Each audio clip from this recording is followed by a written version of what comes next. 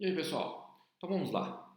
Vamos calcular agora a força entre duas correntes paralelas. Então veja o desenho que a gente tem aí. Então dois fios longos paralelos, percorridos por corrente no mesmo sentido, separados aí por uma distância d.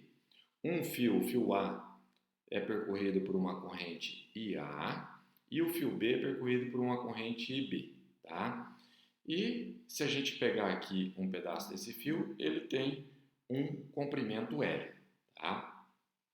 Então o que acontece? Se a gente pegar o fio A e usar a regra da mão direita nele, vamos colocar o dedão no sentido da corrente, tá? Dedão no sentido da corrente e girar os dedos. No lado de cá, na posição onde está o fio B, vai ter um campo magnético gerado pelo fio A apontando diretamente para baixo. Tá? Pela regra da mão direita, se a gente usar o dedão no sentido da corrente, o campo apontando para baixo, tá? O que vai acontecer? Coloquem de vocês aí. Lembra que eu sempre falei que a câmera é complicada para isso. Dedão no sentido da corrente, campo apontando para baixo. O tapa vai estar no sentido do fio A. Então vai ter uma força de F de A sobre B nessa direção que vocês estão vendo aqui. Então vai ter o campo para baixo e uma força magnética para cá. A pergunta é, quanto que vale essa força magnética? Para calcular essa força magnética, nós podemos usar aquela equação que a gente viu no capítulo passado, né? A fórmula do Bill, lembra? BIL seno do ângulo.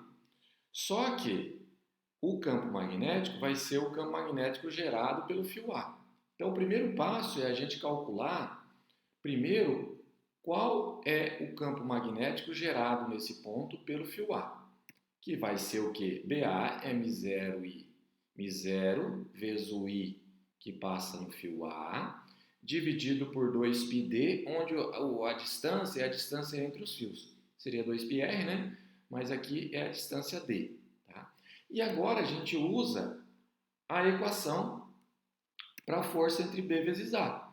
A força de A em B ou de B em A é o campo magnético nessa região, vezes a corrente que passa nesse fio, tá? No fio B, vezes o L, vezes o seno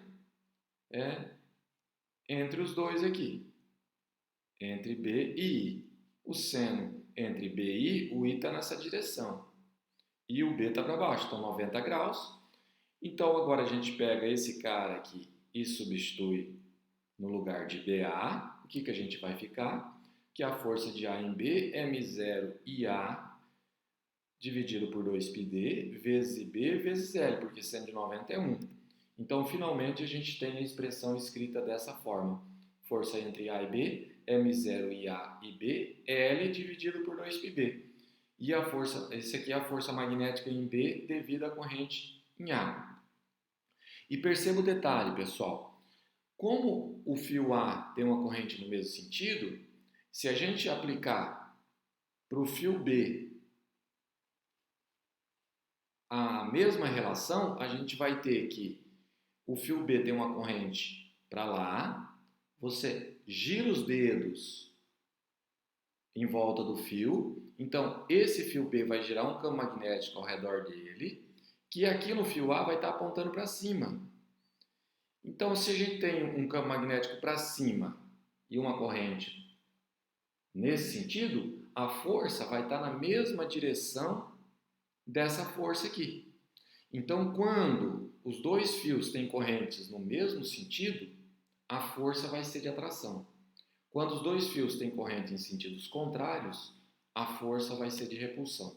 Ou seja, então, para determinar a força, a gente segue esse procedimento que nós fizemos e correntes paralelas se atraem e correntes antiparalelas se repelem.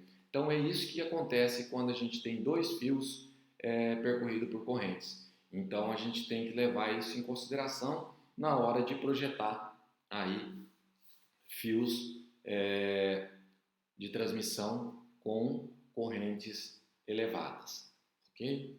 A gente se vê então na próxima aula. Aquele abraço.